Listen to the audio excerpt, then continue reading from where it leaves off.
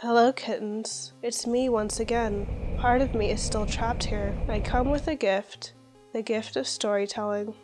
My story begins where all good stories do, a haunted mansion. And then everyone died. What are you saying? You're dissatisfied? Well, if you really want to see some scary stuff, I'll show you.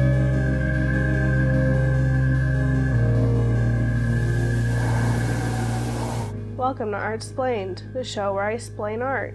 My name is Michelle, and we're going to get spooktacular in here. Expected to get bone-chillingly cold as we rank some of the creepiest artworks ever made. Well, what are we waiting for? Your whole family to be killed in a horrific, tragic, unplanned accident? Let's get started. First, The Gross Clinic by Thomas Eakins. Remember, this list is not subjective in any way. Completed in 1875, this oil painting is considered to be one of the best 19th century American paintings ever created, according to the New York Times. It depicts Dr. Samuel David Gross lecturing a group of students from Jefferson Medical College during a surgery where Gross treated a man for osteomyelitis of the femur. After the painting was created, it drew outrage from critics who found the subject matter too gruesome for public consumption. This is the kind of work where it's better if you look closer and don't peek through your fingers like the clown you are. Along with the doctor's blood-stained fingers, other eerie details include the recoiling woman to the left, who is typically believed to be the patient's mother, and a self-portrait of Eakins, the artist himself. Since I have to give ratings to each painting, I give this one 3 spooky femurs and a little tooth. Second but not least, The Face of War by Salvador Dali. Slap my face and call me Molly. That sure is a face only mums could love. This oil painting was created by surrealist Salvador Dali in 1940. It depicts a disembodied face with faces in its mouth and eyes, and more faces in those mouths and eyes. And all of those faces look like they are not having a good day, I tell you what. Aren't all of God's creations wonderful? The landscape is a barren desert that is accented by a handprint of Dali's. Supposedly, Dali did this just because he wanted to do it. That's it. The artwork was created in order for Dali to express his fears during World War II. Truthfully, this painting could be used for me to express my fears about life. What will tomorrow bring? Hopefully, World War III. My rating for this painting is 3 bunny-fingered thumbs ups and a pumpkin inside a pumpkin. This is the kind of artwork that makes you rethink ever going to Sleepy Town again. In fact, while looking at this painting, I can't tell if I'm awake or asleep anymore. Wake up! Wake up! The Nightmare by Henry Fuseli. The Nightmare is an oil painting created in 1781 by Anglo-Swiss artist Henry Fuseli. The scene is purely from Fuseli's imagination, neither an allegory nor inspired from history, the Bible, or literature. Beaming from the painting is a dreaming, seemingly lifeless woman. What appears to be either an incubus or an imp sits on her stomach. Some believe the horse is meant to be a visual pun on the nightmare. Get it? Mare. Like a horse? Like a mare? In actuality, the early definition of mare, otherwise known as Mara, is a spirit who tormented or suffocated those who slept. No horse puns here, folks. The theatricality, along with the morbid sexual undertones of the painting, propelled it to become an icon of the Romanticism era. It has since inspired countless writers and other artists, especially those interested in Gothic horror.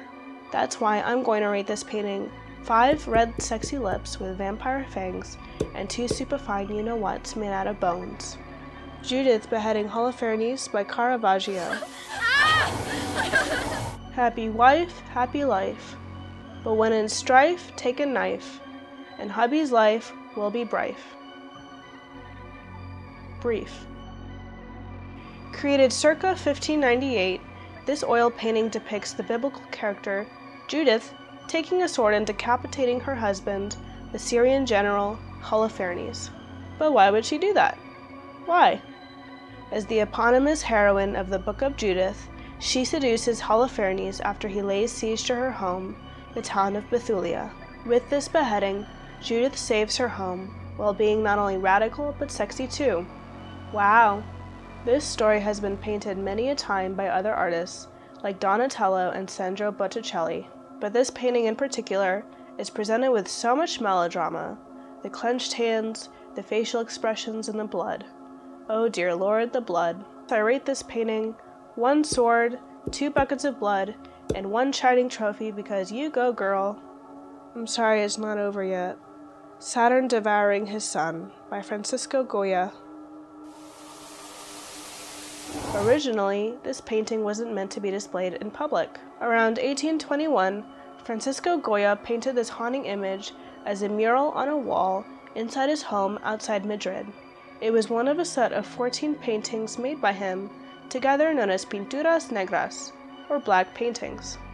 Certainly, it would be difficult to imagine why anyone would want an image of a gluttonous, crazy-eyed old man in their home. So what should you know about this particular painting?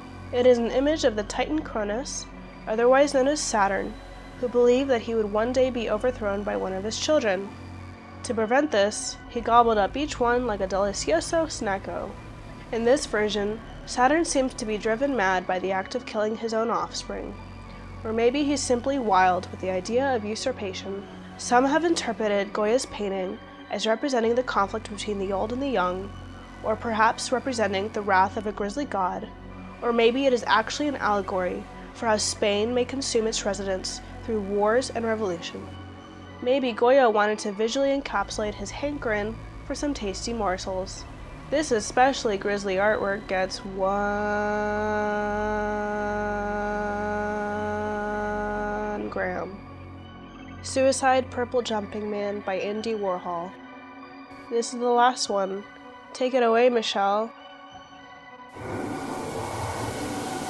Last but certainly not least on this list of haunting imagery is a silkscreen painting made by pop artist Andy Warhol. While this is not his best known work, it has been called one of the greatest Warhols ever, estimated at a value of $70 million according to New York gallery owner Tony Shafrazi. This mysterious monochromatic marvel was created in 1963 and depicts a man jumping off a building. Despite my countless minutes of online research, I couldn't find much backstory behind this work. It was part of Warhol's Death and Disaster series that explored horrific photographs taken out of their journalistic framework. When it comes to Suicide Purple Jumping Man, I personally chose this work because it makes me curious. Who took these photographs? Where were they taken? And who is this man? The image itself also reminds me of The Falling Man, a photograph taken by Richard Drew. The image depicts a man who jumped from the World Trade Center during the September 11th attacks in New York City. Similarly to Warhol's work, the falling man's identity is uncertain. Even so, the image remains both heart-wrenching and disturbing. Their anonymity allows them to represent all of us, even you. Because of this, I rate this painting 1 simple, sad, frowny face. In an interview with Art News in 1963, Warhol said, "When you see a gruesome picture over and over again, it really doesn't have any effect. With this, dear viewers, I implore you to look deep into your heart and perhaps, if you dare, look at these artworks once more and ask yourself, is there any effect? It's time to look in the mirror, folks. Who's the real monster here? I hope you had a good time and are sufficiently spooked. Be sure to let us know in the comments what your favorite scary painting is. Did we miss one? What bone boy do you think we should have included? We want to hear your thoughts and we are anxiously awaiting your calls."